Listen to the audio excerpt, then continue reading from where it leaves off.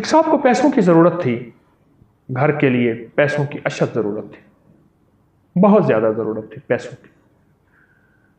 تو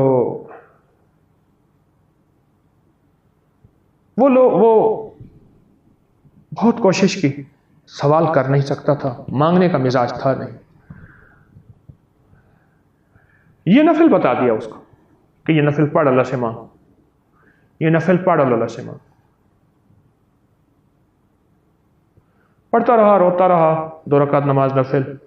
اس کے بعد 3 دفعہ سورۃ یاسین پڑھ کے گڑ گڑا کے اللہ سے دعا کرتا رہا، مانگتا رہا، پڑھتا رہا. روزانہ پڑھیں، صبح شام پڑھیں، روزانہ پڑھیں، پڑھ یقین سے پڑھیں، توجہ سے.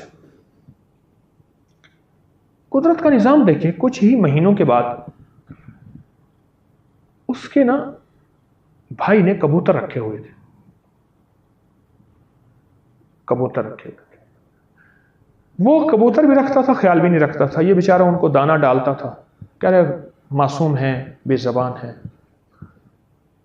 میرا ایک گمان ہے کبوتروں کی دعائیں بھی ساتھ شامل ہوئی، بے زبان کی دعائیں ساتھ ہوتی. اور کبوتر پالے کبھی نہ، وہ تو اس نے بھائی نے پالے تھے اور وہ ترس کھا کے ان پہ دانہ ڈالتا تھا. تو کبوتر کا شور سنا اس نے، تو کبوتروں کا شور سنا تو کبوتروں کا جو ہے وہ چبوترا بہت اونچا بنا ہوا تھا اوپر، اس کا ڈربا جالیوں والا. تو وہاں بلی کا جانا گمان نہیں تھا. وہ بھاگا کہ شاید کوئی بلی ہے، کیا ہے. اندر گیا تو اندر ایک بہت بڑا شاہین تھا جو کبوتروں پہ چھپٹ رہا تھا. کہیں سے اڑتا ہوا آیا، اونچا دیکھا، کبوتر ہیں، اس نے کا شکار ہے. کچھ اس نے زخمی بھی کر دیے تھے، مار بھی دیے تھے.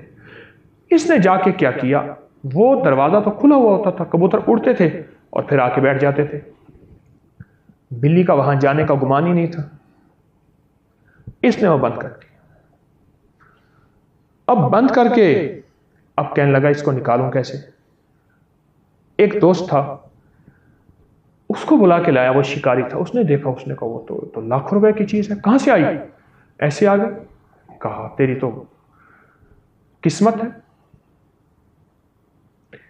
اب اس پہ کسی طرح کپڑا ڈالا اور کپڑا ڈال کے، چادر ڈال کے اس کو بے بس کیا اور بڑا سا پنجرا بنوایا اور پھر اس کو اس پنجرے میں منتقل کیا اور پھر اس کے گاہک تلاش کیے.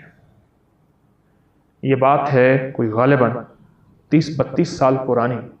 اس دور میں وہ 7 لاکھ کا بکا تھا، 7 لاکھ کا بکا تھا اور اس کو ضرورت تھی 1.5 لاکھ کی. نفل حاجت کے اور سورۃ یاسین پڑھتا رہا یقین سے اور اس کا کام بن گیا.